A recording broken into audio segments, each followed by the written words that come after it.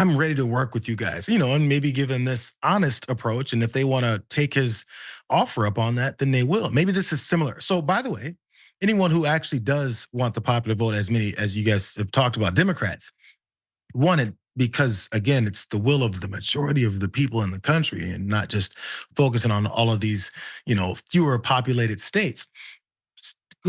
Every time someone wants to argue about popular vote from now on, be like, yeah, you know what? I understand why you disagree with Donald Trump. And as a MAGA or conservative person, or just Trump voter in general that calls himself independent, they may have to be conflicted with going against the dear leader because he did say it. I'm not holding up my breath for that because it's obviously there's been many times that you can approach folks with the, the crazy and actually anti-Trumpian things or what he portrays himself to be that he said, and they'll be like, no, that's okay. I'll blow that off to the side and act like he didn't actually say it. But again, bro, good idea.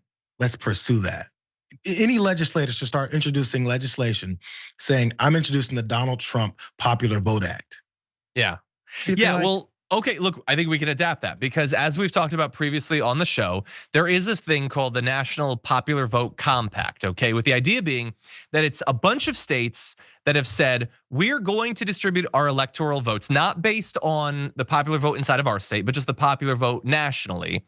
And if you get enough states that represent 270 electoral votes, then what you have in practice is arguably the popular vote being the only thing that matters. Now, we're not there yet.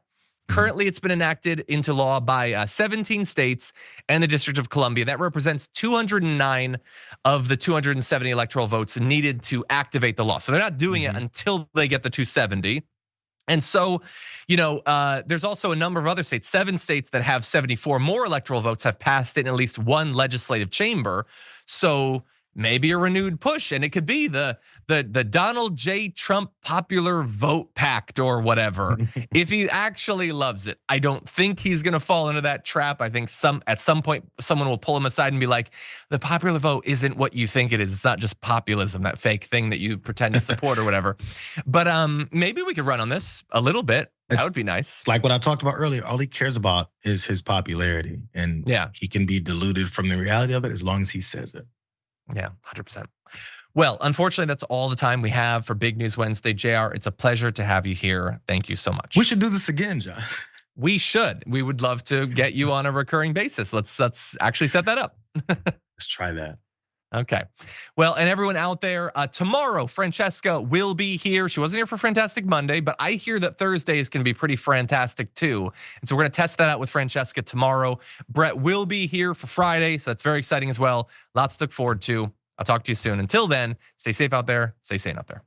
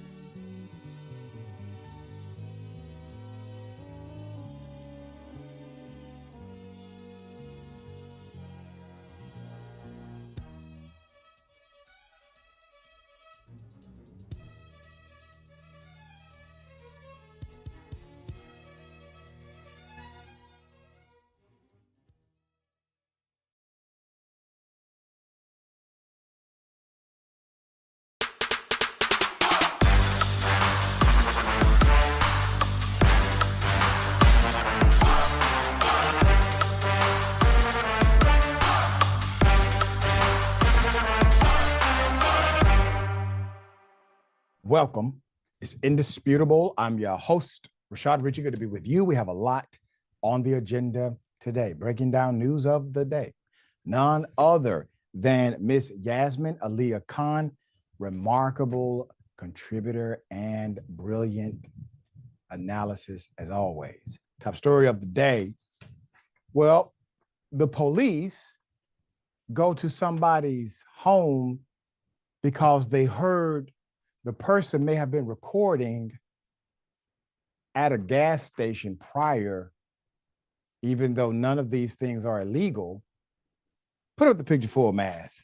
I'm going to try to explain to you how rights are routinely disrespected in this country. Knowing that no law had been broken, a South Dakota police officer confronted a man at his home after a woman complained he photographed her in public.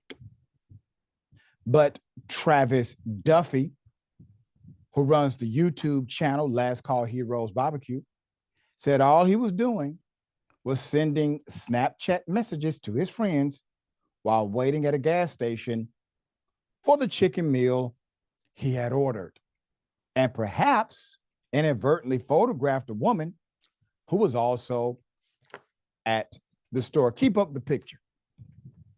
Now, I got to say this, Travis, all right? The only potential violation of law, potential, is the fact that you were buying chicken at a gas station. Now that, sir, should be the reason the cop came to your house.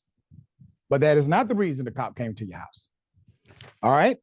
Quote, did I break the law by taking pictures? Duffy asked one of the Brandon police officers who had entered his property.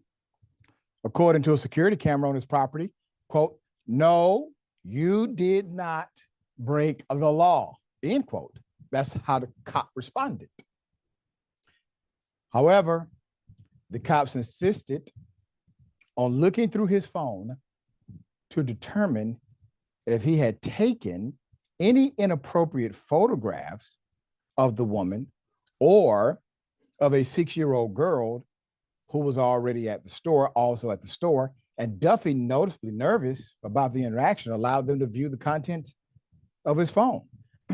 So, according to Abaya Israel, former cop turned police accountability activist who runs the YouTube channel, We the People University, which he uses to educate viewers on their rights when it comes to interacting with the police, Duffy was under no legal requirement to show them his phone, but he was also under no legal requirement to even open his front door to talk to the police, and that is correct. Quote, he's showing them his phone, which he did not have to do, but he is being very compliant with these guys, although he does not have to, Israel said. Quote, I would tell anyone never to do this because they could look inside of his phone, saw something they thought was illegal because they clearly don't know the law. Then the next thing, this guy's going to jail. Never talk to the police, Israel continued.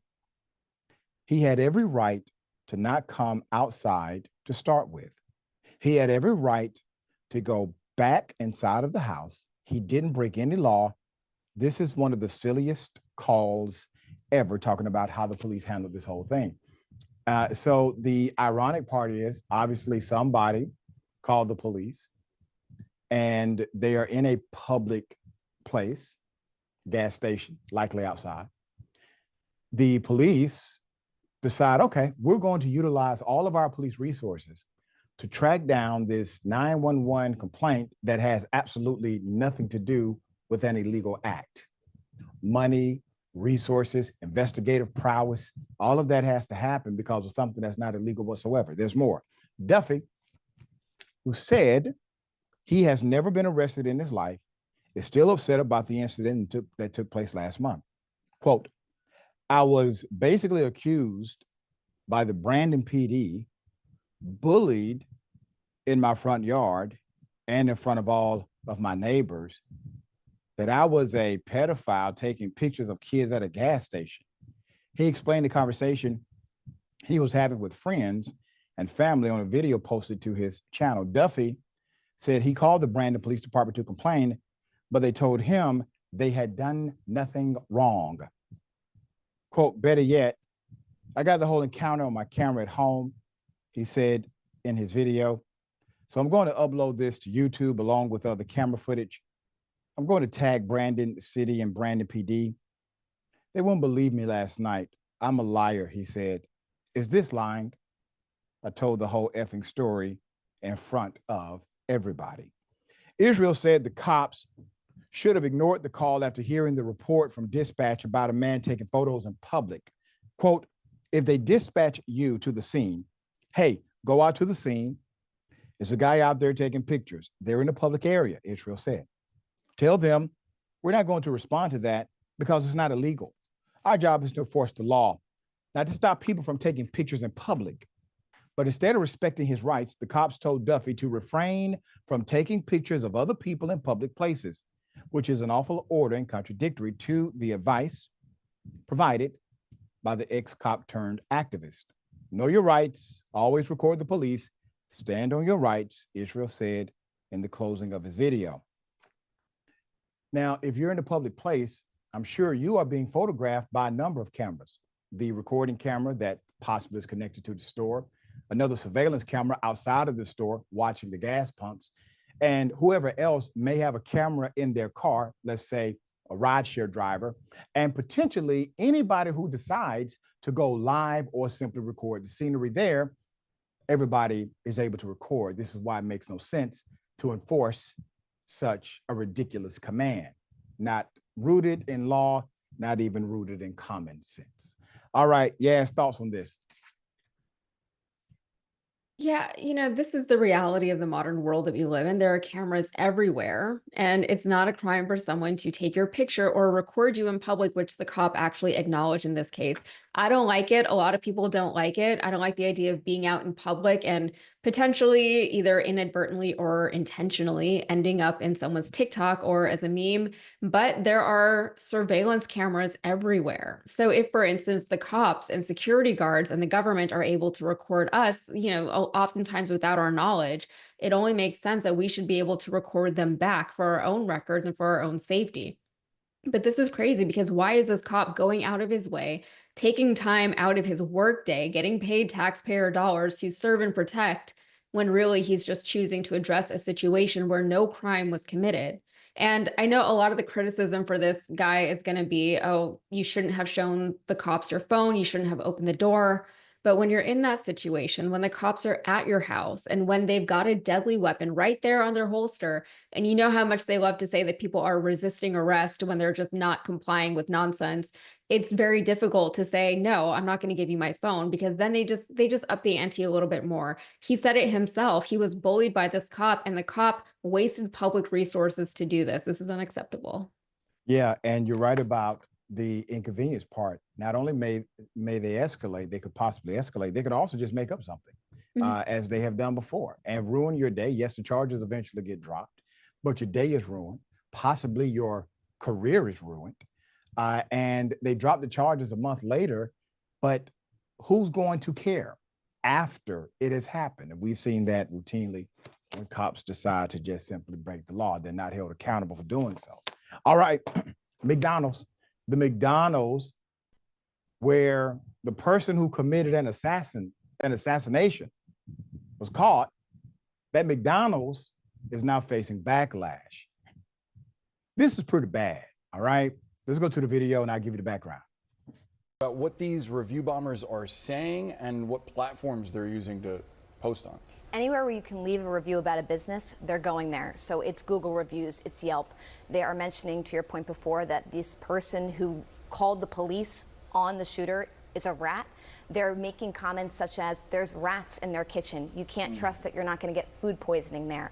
Now, the tech companies are put in a really precarious position here, because in one end, you want to never meddle with reviews, right? You want them to be organic, but what Google and others are saying is that these aren't real reviews. You're not a customer coming in and checking out this restaurant. You're just leaving a review to put a disparaging light on the business. And so they're actually going and removing a lot of these reviews. Yelp has turned off comments. But what's going to be challenging here, Boris, is this is really a game of whack-a-mole. Put up the picture full mass. As I shared yesterday, I understand the emotional sentiment involved in this. Collectively, people are right. Health insurance companies have created an impossible situation that has harmed people of all walks of life. It is a scam at best. It's unaffordable and it fixes nothing. But as Dr. King echoed, you cannot root out darkness with darkness. Only light can do that. And as I've said before, King echoed the words. This is not the way. You cannot become the evil you seek to eliminate. What this does is it basically creates a connection between a person of good heart and now something that is very, well, I would just call it evil. Now there's a connection. There shouldn't be. You have a good heart because you have a good heart. You want people to have affordable health care because you give a damn about people. And sometimes those people you care about may not care about you the same way. I don't make my judgments about who I care for and why I care based upon somebody else caring the exact same way. I don't. I can't. All right. So put it back up. So Google, yep, they are trying to pull these negative comments. I really don't care about that part. I care more about the heart. In the wake of Luigi Mangione's arrest this week at the McDonald's in Pennsylvania, the franchise has been flooded with a storm of bad reviews and press. Once again, I could care less about the corporation and how they deal with this bad press. The fast food location where police detained Mangione is being smeared on both Yelp and Google. The employees are being referred to as rats and snitches. These individuals, ladies and gentlemen, who work typically a minimum wage job, they are caught up in this somehow. And once again, we're pointing fingers at individuals who are simply trying to make ends meet themselves. They could really benefit from affordable health care too. But that doesn't mean they have to applaud something like this, okay? But it doesn't stop there. The McDonald's worker, Nancy Parker. Nancy Parker, who allegedly called the police, is actually facing the most backlash. Parker, who was reportedly working a shift at the fast food chain, noticed a customer who resembled a wanted fugitive and immediately contacted the NYPD, leading to the arrest. Online posts like these have been circulating since. Nancy Parker, damn boomer, you just had to ruin it, didn't you? The funny thing is, even though you turned in our hero to the police for the tip money, your claim was denied because you called 911 and not the tip line. Another poster wrote, all Nancy Parker had to do was stay silent. People, when they find out who snitched on our hero, I got to be honest with you. All right. I love my progressive friends and family members. But if you believe that's your hero, I would prefer you not even watch this show. That is not a hero. If you believe that is your leader, your hero, your champion, what makes your ideology any different than a white supremacist who believes that Nick Fuentes is their hero, who believes somebody who's willing to commit actual crime, murder, is a hero to them? These are not heroes. No, people who got killed for changing the world are heroes to me, like Dr. King, like Malcolm X. Not him. Misguided, I would say, for sure. There are better ways to fight this battle. We cannot become the inhumane in the humane. We cannot dismiss humanity in talking about humanity. All right, so now she may not receive the reward money according to the report. However, despite Parker's involvement, she may not be able to claim the reward money initially offered based on the assistance. The FBI announced the $50,000 reward, and the NYPD had promised $10,000 for information leading to the capture. However, Parker's chances of receiving either of these amounts are complicated by procedural issues. To qualify for the FBI's award, Parker would need to be nominated by the relevant authority, a process that has yet to happen. To claim the NYPD's reward, she would have needed to contact Crime Stoppers directly, as only tips submitted through the service are eligible. Since Parker called 911 instead, she may not qualify for either. Meanwhile, social media users have circulated alleged videos of Parker working at McDonald's, with some claiming she is a boomer and has been fired from a job. However, at the time of the writing, these claims remain unverified. Mangione remains in custody in Pennsylvania. He's fighting extradition to New York, where he faces second-degree murder charges. He's also facing charges of document forgery and criminal possession of a firearm. He was denied bail and remains in jail as he awaits further legal proceedings. I remember a very wise civil rights leader said to me that gains made by violence are typically not sustainable. There's kind of this pendulum that goes back and forth. But gains made because of the will of the people are always maintained. And that's it. Gains made by the will of the people are maintained. In a scenario like this, it's difficult, I know. Leadership, once again, is not always about who you motivate. It's also who you're willing to offend when necessary. I would prefer not to have this conversation. I would prefer not to be in this position. But right still has to be right. And our process and journey to get to our destination still matters. The way we get there is important. All right. Yas, thoughts here? Yeah. This is funny to me because McDonald's has really just seen some very interesting press over these last few months. There's all that stuff with Kamala Harris while she was running for president. Then Trump did a whole photo op there where he said he worked at a McDonald's. And then they had the E. coli outbreak. And now there's this. To be fair, this one isn't really their fault. This was just one employee at one location that called in the tip.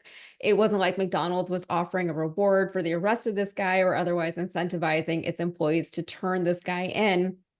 But as far as Nancy Parker, of course, she's probably going to get her tip request denied. First, they offered an insulting $10,000 as the initial reward for tips, which is insulting specifically because companies like and including United Healthcare have refused to cover medical bills of so much more than that for people who have already paid into the system. And oftentimes, whenever they deny those requests, people die or they suffer severely for it. This is just more pointless bureaucracy. This is the most infuriating aspect of living in the modern world. Wasn't that the plot of the show, the Loki show, the Marvel show?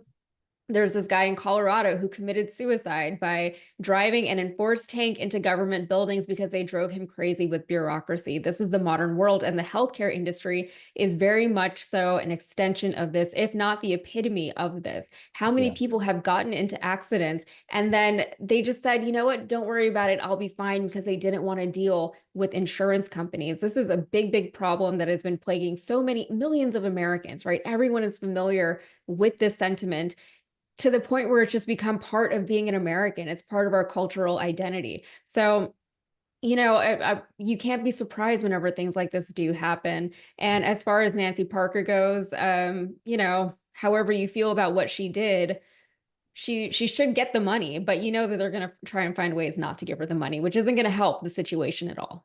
So yeah, and it sounds just like the system on par, right? To put this, to dangle this money out here and then to treat an employee this way. She's already being harassed, obviously, by individuals that disagree with her making that phone call.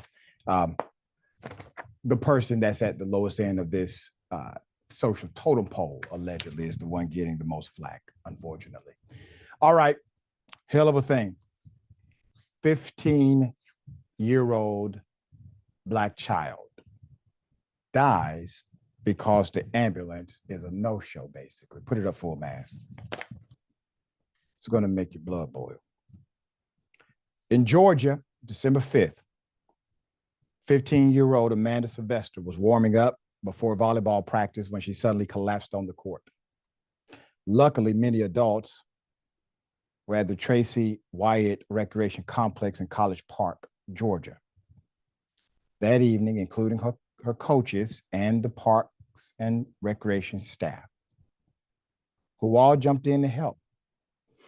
EMTs and fire rescue arrived at the scene in moments, according to a press release issued by the city, which is just outside of Atlanta. When the calls were made for an ambulance, the teen was, quote, alert and able to speak. Let me say that again, alert and able to speak. But the ambulance never showed up. And it likely cost this 15-year-old her life. Quote, Amanda was not just a player. She was family to us. And her untimely loss has left a hole in our hearts, reads a tribute on the website of her volleyball club Dream Chasers team. Quote, despite the urgent need for medical assistance, help never arrived in time. And we are determined to share her story to prevent such a tragedy from happening again. College Park city officials said an ambulance had been initially requested on a 911 call and through fire rescue. After desperately waiting, several follow-up calls were made, but no one ever arrived. Sylvester and her worried loved ones waited for more than an hour, reported Atlanta News First. Her mom then made the difficult decision to take her daughter to the hospital in her van. After arriving at Children's Healthcare of Atlanta, Hughes Spalding Hospital, doctors were assessing the young athlete when she suffered cardiac failure and was revived once before dying, read the press release. Quote, Grady EMS never fully responded to the call at the Tracy Wyatt Recreation Complex, and that emergency transport request was not canceled. Unfortunately, such delays in emergency services are on the rise nationally. Investigate TV analyzed national data and found that the average wait time for an ambulance in the US is getting longer because of backups at hospitals. Emergency medical services crews reported being delayed returning to active service more than 890,000 times in 2023. What's more, 1 in 5 of those delays lasted at least an hour. Data from the South Atlantic region, which includes Georgia, show the average time for an ambulance to return to service was 20 minutes without a reported delay, and rose to 36 minutes if there was crowding in the ER. In the young Sylvester's case, the reason for the disastrous no-show is still under investigation. City officials told news outlets they are following up with the Fulton County Emergency Dispatch and the ambulance contractor, Grady EMS, to gather more information. Grady EMS maintains that a, quote, unit was promptly dispatched. However, as our unit was en route, College Park Fire determined that additional EMS support was no longer needed due to the patient being transported to the hospital via a personal vehicle. Report Atlanta News First. Sylvester's Volleyball Club, Dream Chasers, is launching its own initiative as it rallies behind the family. The club set up a GoFundMe, quote, justice for Amanda, to assist the family with funeral expenses and other personal needs, but also to cover the cost of legal funds as they plan their next move. You can make a contribution there to assist them in this tragedy. Obviously, the parents, the friends, and the faculty who care, none of them saw this coming. You're talking about a star athlete and a star human being. And because of the negligence of our systems of emergency transport in medical situations, this person has passed away. Thoughts and prayers with the family. Yasmin, once again, this is a proxy to the dynamic of healthcare in the United States of America. This is just another permeation of it. Yeah, absolutely. I was going to say this is very similar to what we were just talking about. There's so much wrong with the way we do things in this country, and not to be all pro Doge or whatever, but there really is an appalling amount of government inefficiency. I've been saying this for years before, not to be like I told you so, but it has been an ongoing problem. Elon Musk is not the first one to have said that. That's one of the big reasons why people who weren't, the most MAGA people still voted for Donald Trump back in 2016, if anyone recalls. He said he was going to run the country more like a business, and businesses are painfully efficient because they do not want to lose any money or time. Of course, Trump's idea of running things more like a business had more to do with enriching himself and his friends. But that aside, inefficiency isn't just about money. It has real world consequences in situations where, like this one, wasted time or people just not performing their jobs properly or adequately results in people dying. Whether there was miscommunication here, whether someone just didn't do their job properly, whether, the system failed, whatever the situation was, that little girl has died. Hopefully they can now address those inefficiencies and those miscommunications or whatever, and prevent something like this from happening again in the future. Well said. All right. We will bring updates as the investigation continues. We got more on the other side. It's indisputable. Stick and stay.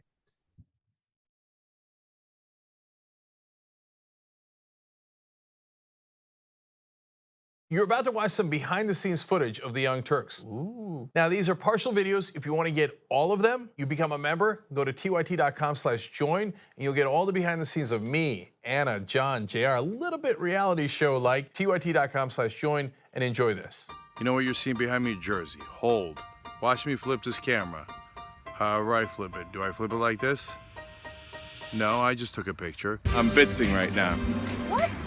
behind the scenes. Oh, okay. For members? I don't have my face on. She doesn't have her face on, folks. Oh, that's JR's ass right there. You can't take 5 minutes off, can you? No, I can't, Johnny. Bye. I said it was live stream, But I was lying. It's not a live stream. It's just for members. Bitsy, this is my cat. You know what his name is? Kiki Cat. Animals are innocent. Control room and the insanity is obviously there. Right now, as you can see, I'm directing or tech directing. I'm so happy to be here. This is what like a Labor Day beard looks like for Jank. Man, you're a Young Turks viewer if you recognize me like this. Such a big fan. Oh, thank you. You are the one person in my life I would love to meet. What's going on, guys? This is a Bitsy or a BTS or behind the scenes with Hassan Piker, aka Woke Bay. Oh, hi. I didn't see you there. I have finished my show, The Damage Report, and now I get into a really awkward time of the day. When I'm sitting, the control room is right there. So I can see Bart. And this is the Pittsburgh office, by the way. I refer to often as the boiler room. You see how it's ripped? Is it super unprofessional to wear that at a business meeting? Or am I like cool rebel? I just finished doing the power panel and I'm fired up. What do you do for TYT? Not a whole lot. If you're frantically tweeting at us that something's broken, thank you, because I'm fixing it. And thank you for being a TYT member. Super last thing, because there's always got to be a super last thing. Oh, that was disastrous. This has been behind the scenes, behind the scenes. Indisputable is still the fastest growing news show in America compared to CNN, Fox News, and 30 other networks. We tell the truth on Indisputable because the truth is indisputable. We go places that other news media outlets refuse to go. When there were human rights abuses happening at the Victorville prison, guards and members of the community contacted us. You, through your investigative reporting, unearthed very troubling allegations about specific forms of abuse and discrimination in the federal prison system. It really doesn't take much to be a trusted voice. All it takes is to be fearless, report on matters, be an advocate. I called it the bullpen intentionally because it's a place of preparation. We present individuals who may have an opposing view, so we debate. Sometimes we interview individuals because their stories deserve to be heard. A survivor of significant police misconduct and his attorney. We covered this story earlier, and to remind you of the horror of one man being shot at damn near 100 times by the police. We take time on this show to showcase the temper tantrums of Karens in the wild. We do this not because we want to see people's emotional outbursts in public, but because these incidents are emblematic of a bigger societal issue taking place across the nation, and it has to be checked. My friend, my big homie, attorney at law, Benjamin Crump. I just want to thank you, man. Educated, articulate brothers like yourself speak truth to power. It makes a great difference in changing the landscape in America. So listen, no matter what you do, don't allow the politics of ideology to evaporate the soul that still exists inside of you. They don't stop, I don't stop. Racism won't stop, I won't stop. Systemic bias won't stop, I won't stop. People still need health care, so I won't stop. People still need criminal justice systems reformed, so I won't stop. You won't stop either.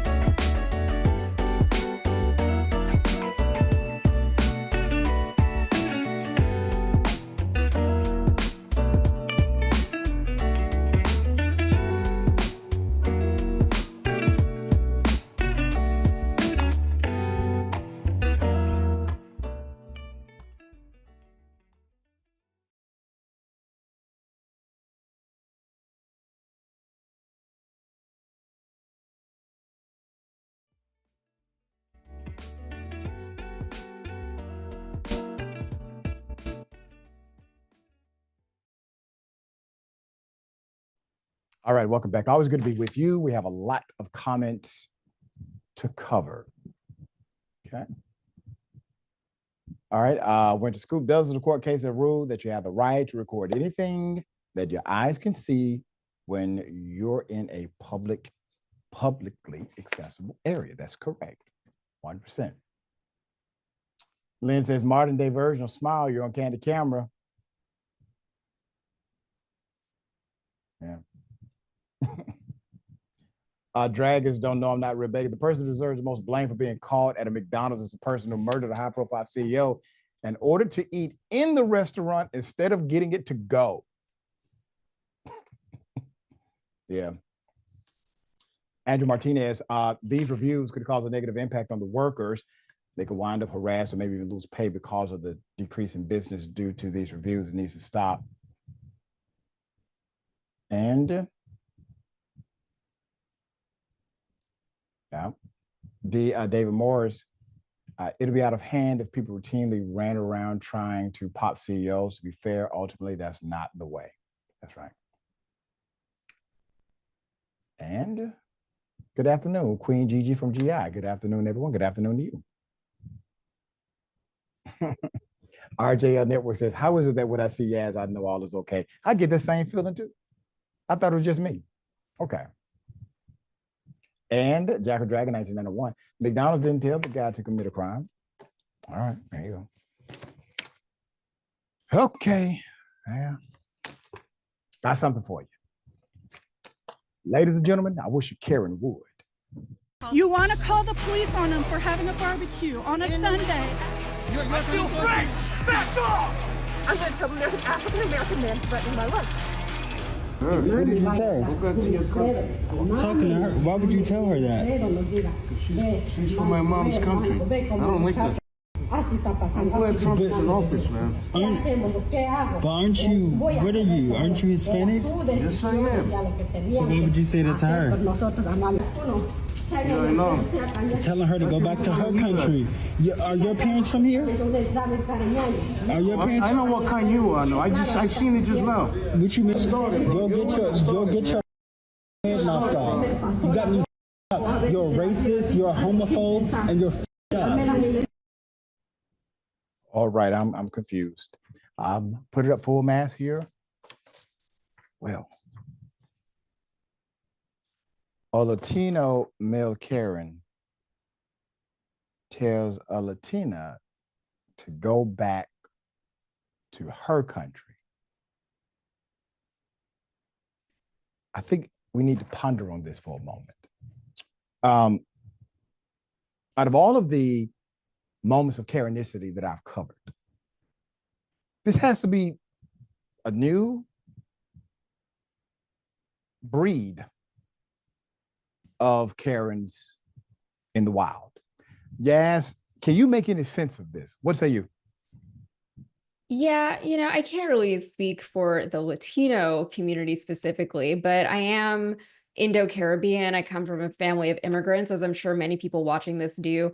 And a good chunk of Indian people are somewhat notoriously Republican, pro-Trump, anti-immigrant. And for the life of me, I don't want to say I don't get it, because I know why they feel that way, but I don't agree with it. I think it's silly. And it's very simple. As soon as you're on one side of something, you forget what it was like to be on the other side of it, the side that you were just on, right? But they inflate their own egos by telling themselves, I'm different, I'm special, I deserve to be here, you don't, I earned this, you didn't. There's a psychological term for this that I can't think of right now, but maybe somebody in the comments can remind us all. Yeah, possibly. All right. Okay, hell of a thing. All right, here we go. A Black employee at a hotel files racial discrimination suit. Let's get into it. Put up the hotel full mass. Hell of a story. Georgia Sylvester, who was hired at the Harper Hotel after it opened in May 2021, says she endured constant discrimination, racial slurs, including the use of the N-word, due to her mixed heritage. She has now won a racial discrimination case against the hotel's parent company, the boutique hotel located in Norfolk, in the east of England. They've pledged to take, quote, immediate steps to improve his workplace culture. Let me give you some of the background. Sylvester, whose mother is white, whose father is black, faced multiple racist comments from colleagues, including a remark that she wasn't dark enough to be offended by such remarks.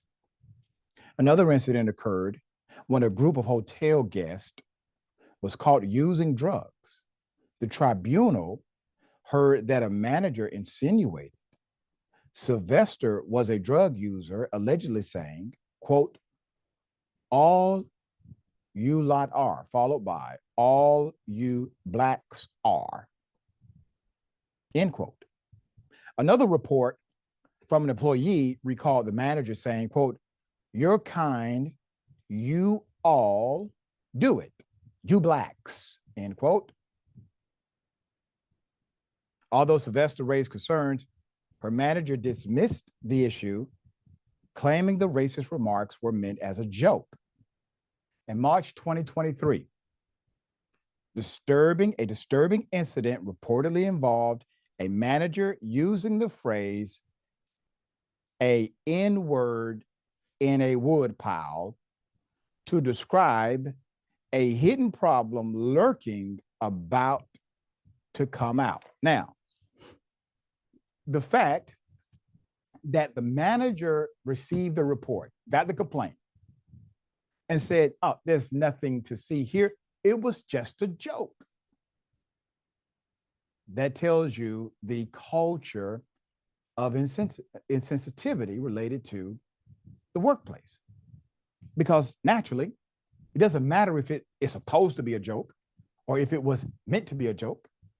It is not funny. It is offensive. It is not comedy. It is racism. There's more. In her grievance, Sylvester claimed there was institutionalized racism within the business, which she argued was having a detrimental effect on her health. Quote, "Think about how it could feel to be the only person in the company affected by racial comments towards Black people. Be made to feel like you're creating an unnecessary fuss when you report it. To be treated in a very cold manner, have your complaint rejected, and then be expected to return to work alongside someone who has such vile views against your race and makes comments that attack what makes you you, not to mention your family members." She wrote.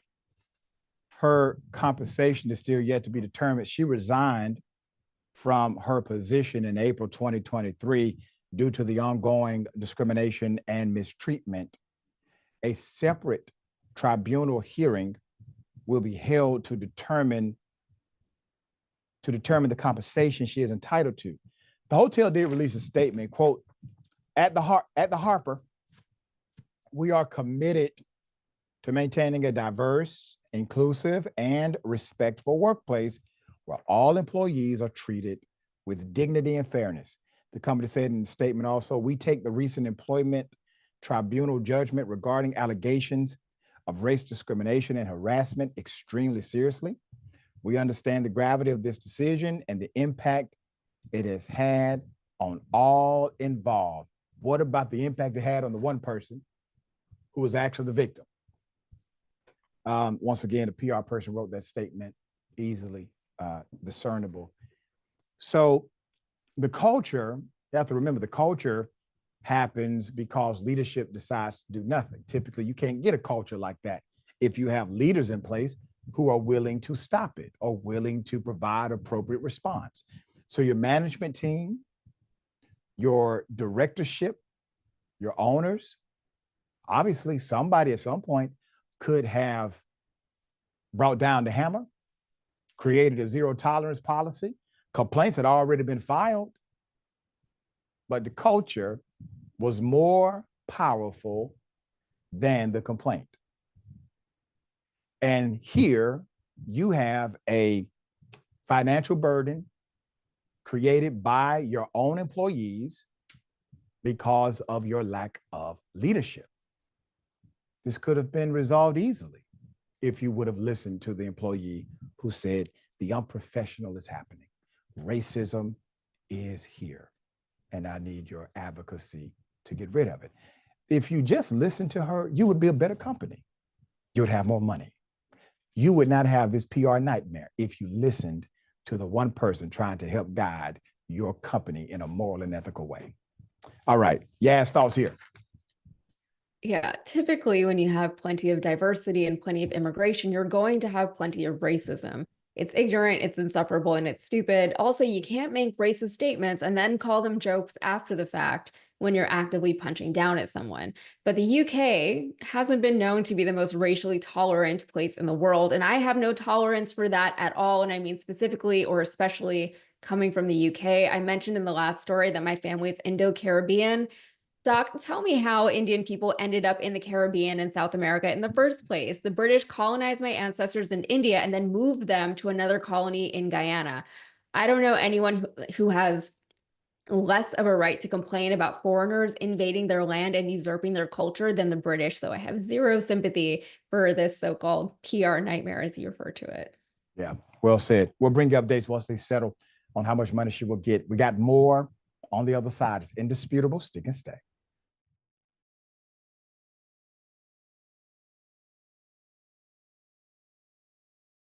Indisputable is still the fastest growing news show in America compared to CNN, Fox News, and 30 other networks. We tell the truth on Indisputable because the truth is indisputable.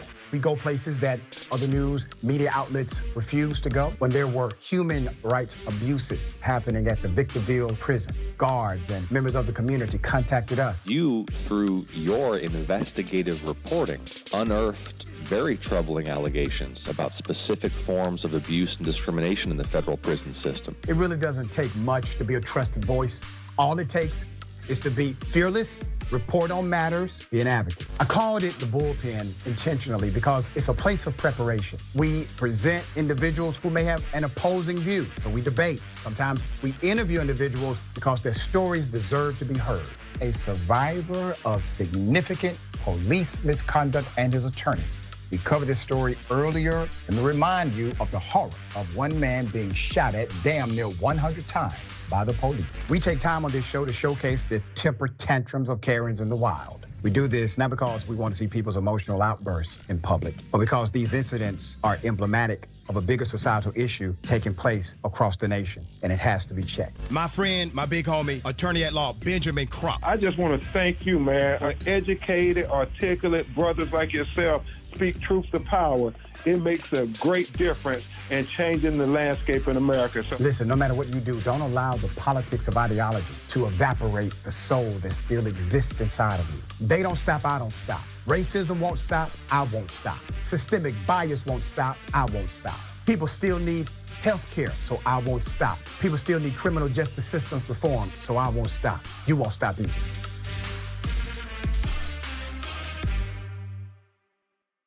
All I ask of you going forward is keep fighting forward, okay? But we don't fight with arms and physical and any of that, right? We fight with love, we fight with peace, we fight with hope and belief and faith in one another.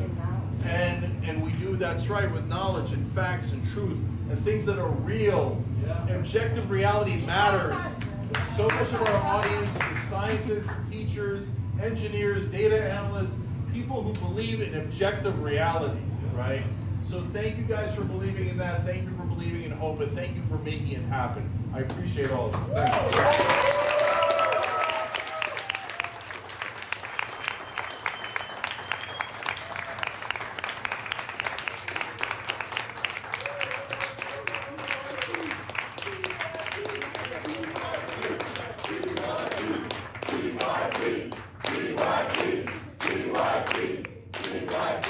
I really love what y'all do on the Young Turks, man, and it's a very refreshing, voice.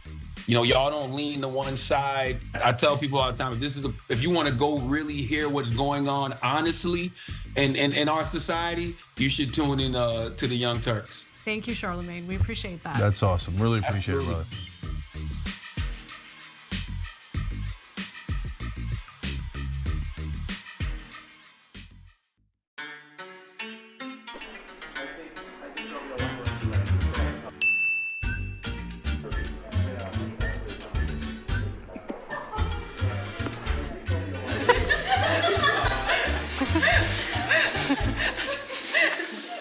I thought you knew when I smacked it back that I like.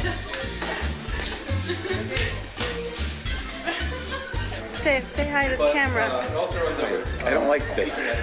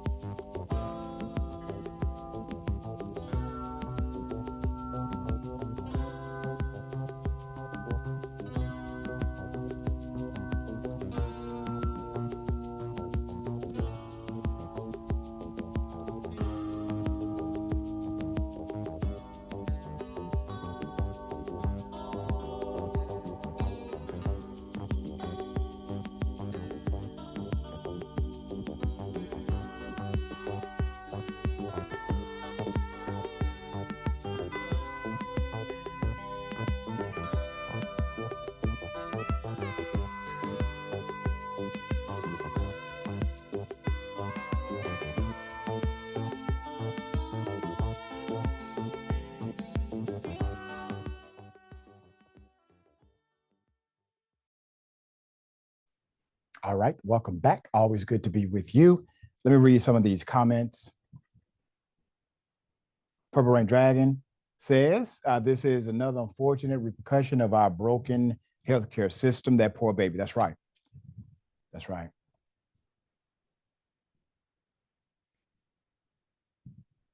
All right, next TYT reporter. The next time you want to tell someone to go back to their own country, just remember you're on stolen land.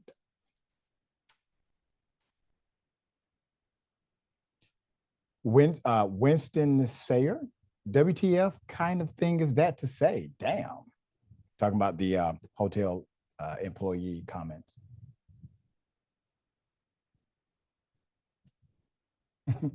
Librio, hypocrisy is a Karen's drug of choice. That's right. And in Bet It Do, Yaz is special. There's no doubt about that. That's right. There you go. A lot of Yaz love today. All right. Well, hell of a thing. Judge shot inside of the chambers, accused of running a brothel. Put it up full mass. This is an update. A judge was murdered in chambers, accused of running a brothel.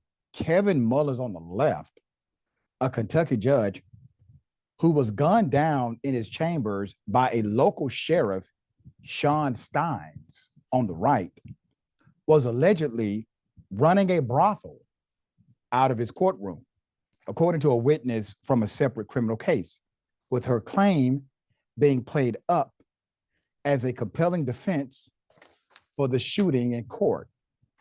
Quote, he does have some videotapes of some stuff in the judge's chambers, end quote. Alleged witness Sabrina Atkins told police an audio recording obtained by Law and Crime from a criminal case involving one of ex-sheriff Sean Stein's old deputies, Ben Fields, who was convicted and sentenced this year to 6 months in jail and nearly a decade of probation for sexual assault, sodomy, perjury, and tampering with a prisoner monitoring device. That's according to the Mountain Eagle. Just with girls, sexual and stuff, Atkins said. Quote, I've seen one partly, him, Fields, having sex with girls for their bail for them to get out of jail. Ben and just some higher ups there, end quote. Okay. Atkins, a defendant who was placed on house arrest, claimed in the audio recording that the footage she saw showed slain U.S. District Judge Kevin Mullins having sex with women in exchange for special treatment. She filed a federal lawsuit in January 2022. And Steins, a close friend of Mullins for roughly 3 decades, had just been deposed in the ongoing case on September 16th, 3 days before the shooting. That's according to the Louisville Courier-Journal. Quote, I seen Judge Mullins having sex with a girl in the judge's chambers, Atkins told police during the Fields investigation, noting how she had sex with Fields more than once in the office. Atkins outlined what she allegedly went through in the complaint for her civil suit, saying Mullins' chambers served as a secret haven for Fields and others due to the fact that there weren't any surveillance cameras present. There were no cameras, the complaint says. It describes how Fields allegedly took off Atkins' ankle monitor and told her she would not have to pay the associated fees any longer, but could remain out on home incarceration if she performed sexual favors for him. According to the complaint, Fields met Atkins at least 6 times in Mullins' chambers to receive those favors. During these meetings, defendant Fields' behavior escalated from flirtatious comments to forcible kissing, to oral sex, to intercourse with the plaintiff, all of which occurred at the Letcher County Courthouse after hours. And Judge Mullins' chambers, the complaint says plaintiff was coerced and compelled to comply with defendant Fields' advances given defendant Fields' position of power and because she could not afford to pay the ankle monitor and did not want to return to the Letcher County Jail. Now, already this is an extreme situation. If half of it is true, it is extreme to a degree that many of us would not imagine.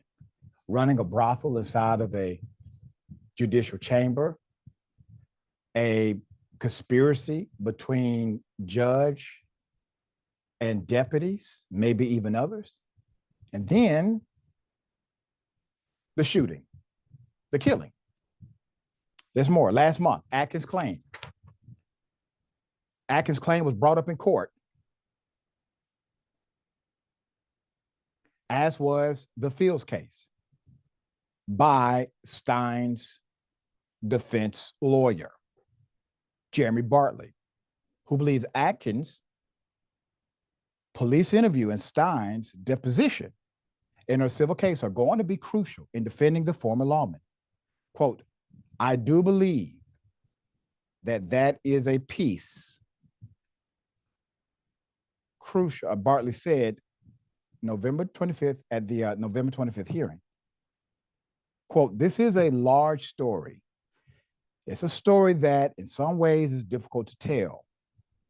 We look forward to sharing a more complete version of that as we go through this judicial process. So speaking to News Nations on Friday, Atkins' attorney said that he wasn't surprised by Bartley's emphasis on the client's civil suit and claims to police. Quote, it's likely they are running a brothel out of that courtroom.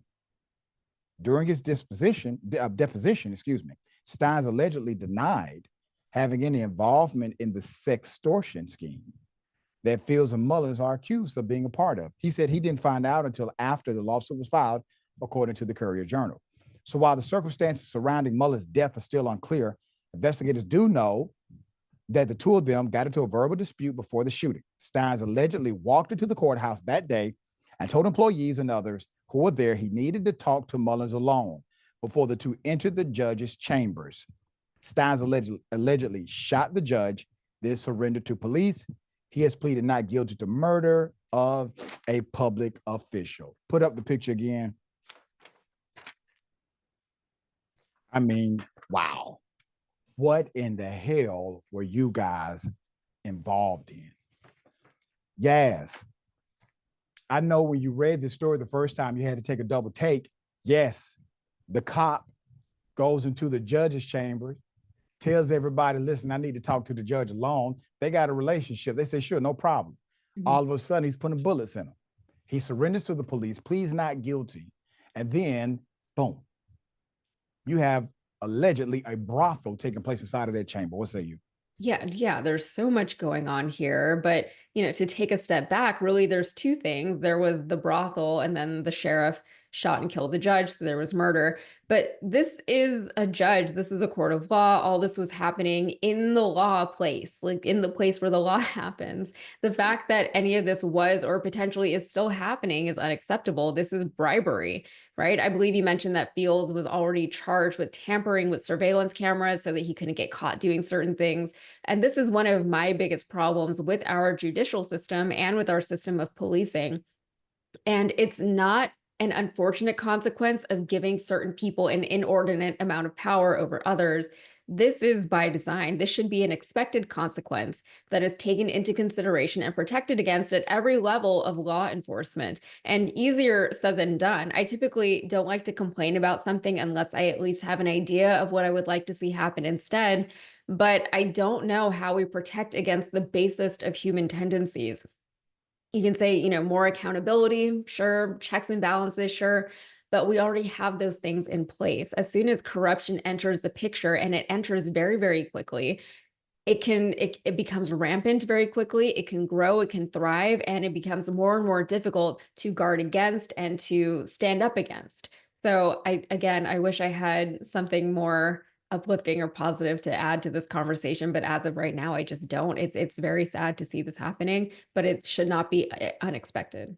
Yeah, and according to some of the commentary from this, more to the story will be provided. We will bring you those updates as they come. We got more on the other side. Indisputable, stick and stay.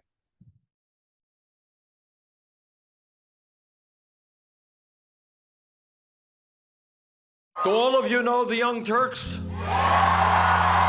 An outlet like yourself that are willing to cover this story from the very beginning. You have the Young Turks and a bunch of other progressive forces saying this is the time to fight for our values. And I think right now there are a lot of progressive voters, many leftists who feel like they don't have a home. And this is why what Cenk and the Young Turks are doing is so important. What we've done is sustainable, slow, healthy growth. And I think that's the way news should be, where you don't rely on sensationalist stuff. You don't lean on whatever's trendy in the news at any given moment. You know, you just go with the truth. You gave me a platform. You've uplifted so many other progressive voices through this network, and you're constantly looking for people that you can amplify through the work we do, through the infrastructure that you built at TYT. It takes those early people who believe that can really be the seeds of this movement, and that has been the Young Turks. We're super serious about the news. We also managed to do it in a way that is fun and lighthearted. We're not TYT, you're TYT.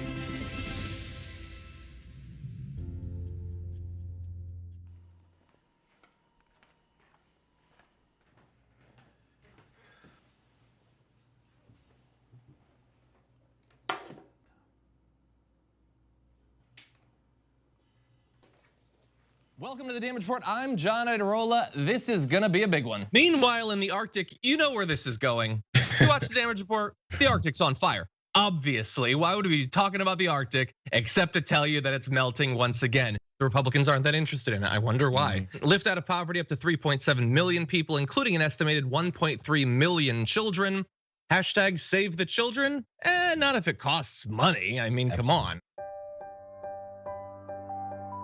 At TYT, we depend on our audience to help us deliver the news and try to fight for positive change. We've been doing that for 22 years because of you guys. So now, because of our new campaign, there's some awesome perks that come along with supporting the Young Turks and to get us through this storm. That's why, for example, one of the perks is the Riders in the Storm t-shirt. There's other fun things like me leaving a voicemail for you guys.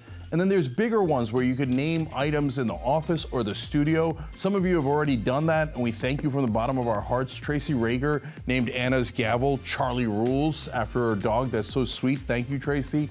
Jeffrey Manzer named my studio light. I look so pretty now because of Jeffrey, but that's what I love. That's how connected we are to our audience. That's why we're one of the few digital media companies that have survived so far. So if you want to help, go to tyt.com/perks. And you really are part of our team when you come and help, because we can't do this without you guys. But with you guys, we are too strong. TYT is thankful for all the support we've received from our audience. I know that we're all living through a dark time. The economy is a mess, the two-party system is failing us, and the threat of climate change is growing. I started this company in my apartment, and look where we are today. I've experienced what we can accomplish when we work together. So let's keep working towards positive change. Join our community at tyt.com/team. TYT has been around for over 2 decades, and we don't plan on stopping anytime soon. We want to continue providing our audience with fact-based reporting, insightful commentary, and thought-provoking analysis. But times have changed. We're fighting an uphill battle against overbearing social media companies and their anti-news algorithms. We need viewers like you to become members to ensure our future. Join us at tyt.com/team. What's that you're looking at? Scan around and find out.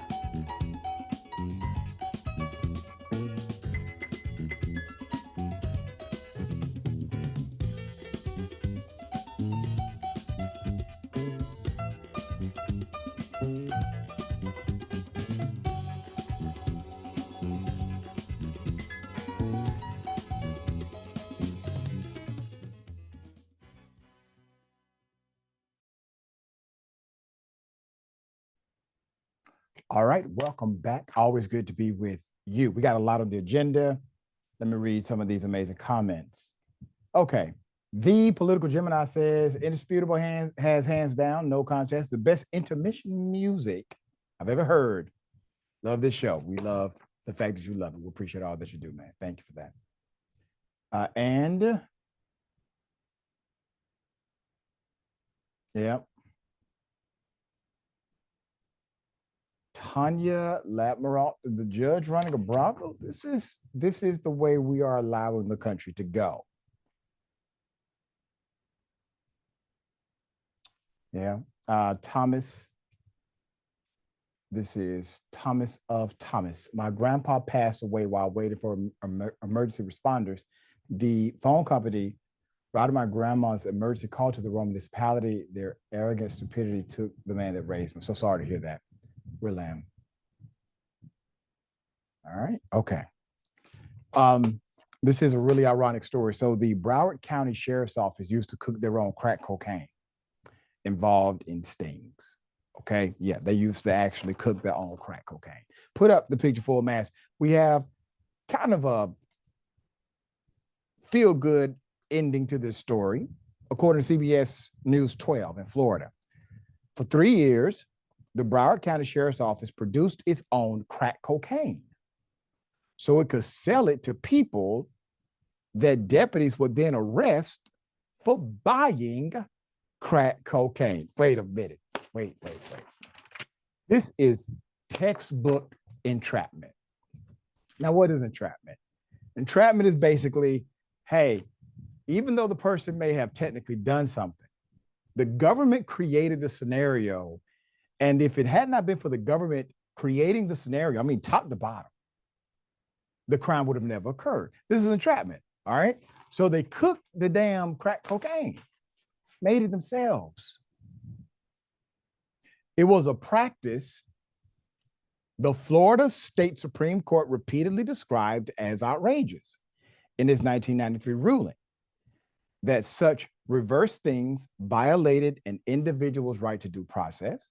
More than 30 years later, though, a routine audit of documents found hundreds of those arrests and convictions are still on the books and part of people's criminal records, and it should not be. So on Friday, the state attorney for Broward County, Harold Pryor, announced his office planned to do something about that, declaring, quote, "It is never too late to do the right thing. These records may be a dim memory or an unfortunate part of history to many, but they have had a long-lasting and severe impact on the lives of the people who were arrested, as well as their families and the wider community," Pryor added. The state attorney's office explained that despite the Supreme Court's decision, many of these cases were never vacated. That means they could still weigh on the lives of those prosecuted under the unconstitutional program, affecting their ability to get a job, find a home, or appearing in criminal history checks. Anyone who thinks they may be affected by the effort is asked to reach out to the state attorney's office. According to numbers cited in the statement, some estimates have placed the number of cases involved may be as high as 2,600 cases. The Broward County Sheriff, Gregory Toney, was made aware of the plan to vacate or remove the judgments and sentences of those who were arrested and convicted as part of those reverse sting operations, and he does support the plan according to his office. Quote, "These matters were well before our tenures. However, I am of the opinion that the state has an ethical duty and obligation to correct this injustice before destruction of old records is initiated," Pryor wrote in a letter to Toney on Thursday explaining his office's intention. Many of the records discovered during the audit were still on hand, even though they were past the statutory requirement to be retained. Some of them were slated for possible destruction. So they were able to catch this. At some point when the Supreme Court of Florida ruled that, okay, yeah, this whole sting operation, you all are cooking the crack cocaine, selling the crack cocaine, and then busting the people who buy your crack cocaine. That's unconstitutional. They should have had the insight to overturn the convictions and arrest that took place during that time. Well, it looks as if the programmatic part of that second dynamic never happened. Maybe it was a volunteer effort by local jurisdictions or by the local jurisdiction. We don't know. We just know it should have been done then, but it was not. So at this point, you get convictions overturned, you get a criminal record cleared, but that doesn't help, that won't help what they had to experience, and that doesn't give them the money back that they should have gotten. And it's not about if they were affected. Come on. You got a crack conviction on your record. It's not about if you were affected. You were affected. You were impacted. You were severely impacted by that conviction. So the second part of this is compensation, naturally. So we shall see. Yas, thoughts here? Sorry, I had to unmute. Yeah, this is like next level. This is a next level version of creating a problem and then getting your cookies once you solve the problem that you created. It's like next level of when a cop hides out in a speed trap and then tries to get people whenever they pass by. And these are the worst kinds of cops. They're just the worst types of people, right? They're a waste of resources. They shouldn't have as much power as they have been given. And they're not actually making things better or safer for people. So they're kind of redundant in their roles as cops. But the pro argument here will be that if they're not getting it from these cops, they're going to get it elsewhere. And this way, the cops can just catch the people buying the crack easier, more directly. One could even argue that it's a more efficient means to an end. It's like when a cop pretends to solicit a prostitute and then arrest the girl once it's been done. But let's be real. There's no reason for cops to be cooking like this, right? They're now the ones introducing the crack into their community. They're the ones helping to perpetuate a certain culture in their community. And what happens to the crack once they're done entrapping people? Where does it go? I'm going to speculate a bit and say that it's not all just sitting in the vault in the police station somewhere. It's out there in the community.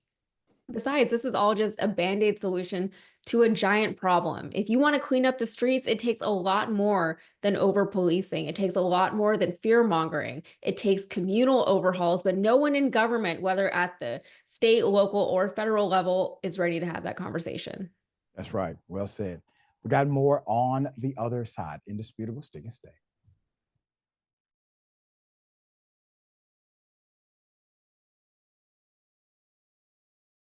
You're about to watch some behind the scenes footage of the Young Turks. Ooh. Now, these are partial videos. If you want to get all of them, you become a member, go to tyt.com/join, and you'll get all the behind the scenes of me, Anna, John, JR, a little bit reality show like. tyt.com/join, and enjoy this. You know what you're seeing behind me? Jersey. Hold. Watch me flip this camera. However I flip it. Do I flip it like this? No, I just took a picture. I'm bitsing right now. What? Behind the scenes. Oh, okay. For members? I don't have my face on. She doesn't have her face on, folks. Oh, that's JR's ass right there. You can't take 5 minutes off, can you? No, I can't, Johnny. Bye. I said it was live stream, but I was lying. It's not a live stream. It's just for members. Bitsy, this is my cat. You know what his name is? Kiki Cat. Animals are innocent. Control room and the insanity is obviously there. Right now, as you can see, I'm directing or tech directing. I'm so happy to be here. This is what like a Labor Day beard looks like for Jank. Man, you're a Young Turks viewer if you recognize me like this. Oh, thank you. You are the one person in my life I would love to meet. What's going on, guys? This is a Bitsy or a BTS or behind the scenes with Hassan Piker, aka Woke Bay. Oh, hi, I didn't see you there. I have finished my show, The Damage Report, and now I get into a really awkward time of the day. When I'm sitting, the control room is right there, so I can see Bart. And this is the Pittsburgh office, by the way. I'll refer to often as the boiler room. You see how it's ripped? Is it super unprofessional to wear that at a business meeting? Or am I like cool rebel? I just finished doing the power panel and I'm fired up. What do you do for TYT? Not a whole lot. If you're frantically tweeting at us that something's broken, thank you, because I'm fixing it. And thank you for being a TYT member. Super last thing, because there's always got to be a super last thing. Oh, that was disastrous. This has been behind the scenes, behind the scenes. Indisputable is still the fastest growing news show in America compared to CNN, Fox News, and 30 other networks. We tell the truth on Indisputable because the truth is indisputable. We go places that other news media outlets refuse to go. When there were human rights abuses happening at the Victorville prison, guards and members of the community contacted us. You, through your investigative reporting, unearthed very troubling allegations about specific forms of abuse and discrimination in the federal prison system. It really doesn't take much to be a trusted voice. All it takes is to be fearless, report on matters, be an advocate. I called it the bullpen intentionally because it's a place of preparation. We present individuals who may have an opposing view, so we debate. Sometimes we interview individuals because their stories deserve to be heard. A survivor of significant police misconduct and his attorney. We covered this story earlier and to remind you of the horror of one man being shot at damn near 100 times by the police. We take time on this show to showcase the temper tantrums of Karens in the wild. We do this not because we want to see people's emotional outbursts in public, but because these incidents are emblematic of a bigger societal issue taking place across the nation, and it has to be checked. My friend, my big homie, attorney at law, Benjamin Crump. I just want to thank you, man. Educated, articulate brothers like yourself speak truth to power. It makes a great difference in changing the landscape in America. So listen, no matter what you do, don't allow the politics of ideology to evaporate the soul that still exists inside of you. They don't stop, I don't stop. Racism won't stop, I won't stop. Systemic bias won't stop, I won't stop. People still need health care, so I won't stop. People still need criminal justice systems reform, so I won't stop. You won't stop either.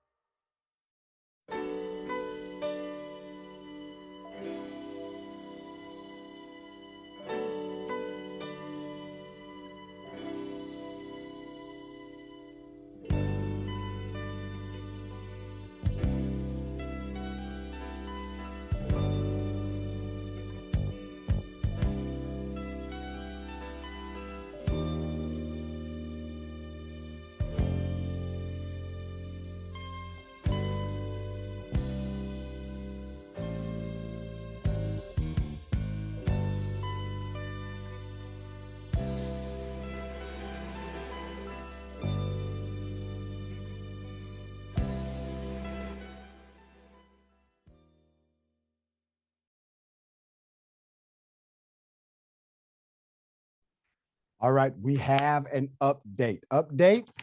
Alex Jones, well, judge rejects the sale of Infowars to The Onion. Very sad day here. Put up the picture full mass. Okay, so a federal bankruptcy judge rejected The Onion's winning bid to buy Alex Jones Infowars platform in a ruling from last night. No, that is not an Onion headline. It is true. Okay, I give you some insight.